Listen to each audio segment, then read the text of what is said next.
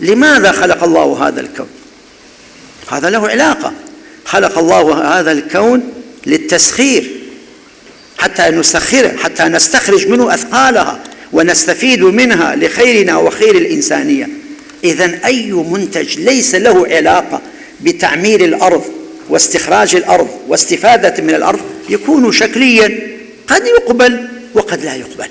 وطبعا هناك 4-5 مقاصد أساسية لخلق الكون، كلها مرتبطة بالاجتهاد وبالفتوى وبخاصة بالمنتجات الاقتصادية. الأمر الثاني مقاصد خلق الإنسان، هذا أكثر وضوحا. نحن مستخلفون، إني جاعل في الأرض خليفة. نحن المسلمين بالذات مطلوب منا أن نصل إلى هذه المرحلة. ولقد كتبنا في الزبور من بعد الذكر أن الأرض يرثها عبادي الصالحون، أننا نكون عبادا لله ونكون صالحين لحمل الأمانة. ولذلك قال بعده وما أرسلناك إلا رحمة للعالمين. فنحن إذن أساسا هذا واجبنا، الإنسان بصورة عامة والإنسان المسلم بصورة خاصة، أنه واجب عليه أن يسعى لتعمير الأرض. هو أنشأكم من الأرض واستعمركم فيها، طلب منكم التعمير. ولذلك قال الجصاص في تفسير هذه الآية وآيات أخرى، قال تعمير الأرض فريضة على كل إنسان بقدر طاقته، كل بقدره، كل في مجاله. ثم وسع هذه الدائرة، قال حتى الذي يعمل شيئا يكون وسيلة. أنت مثلا تصنع فأسا أو تصنع شيئا فهو وسيلة، أيضا أنت شاركت في هذا، لابد يكون لك شيء من أنت فريضة.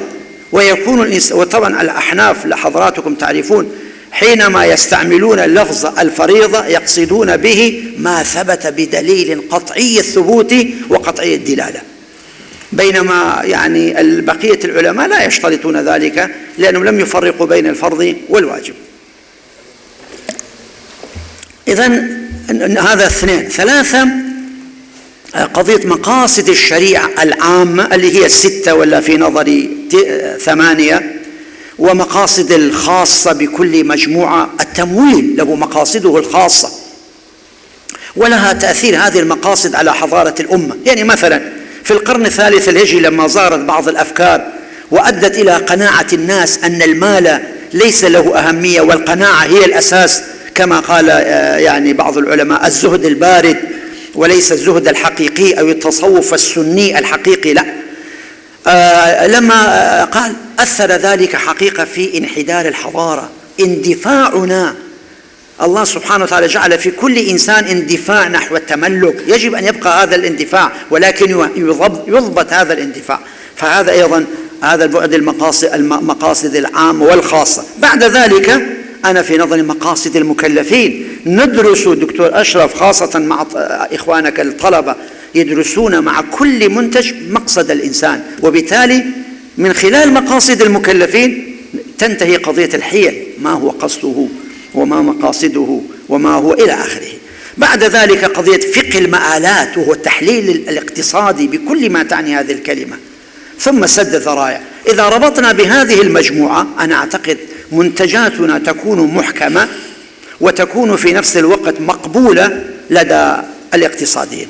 بعد ذلك نحن في حاجة إخوة الكرام، وأنا أريد من إخواني الباحثين أن يهتموا بتطوير نظام الملكية. شوف، إحنا إلى يومنا هذا ندرس هذه الكلمة.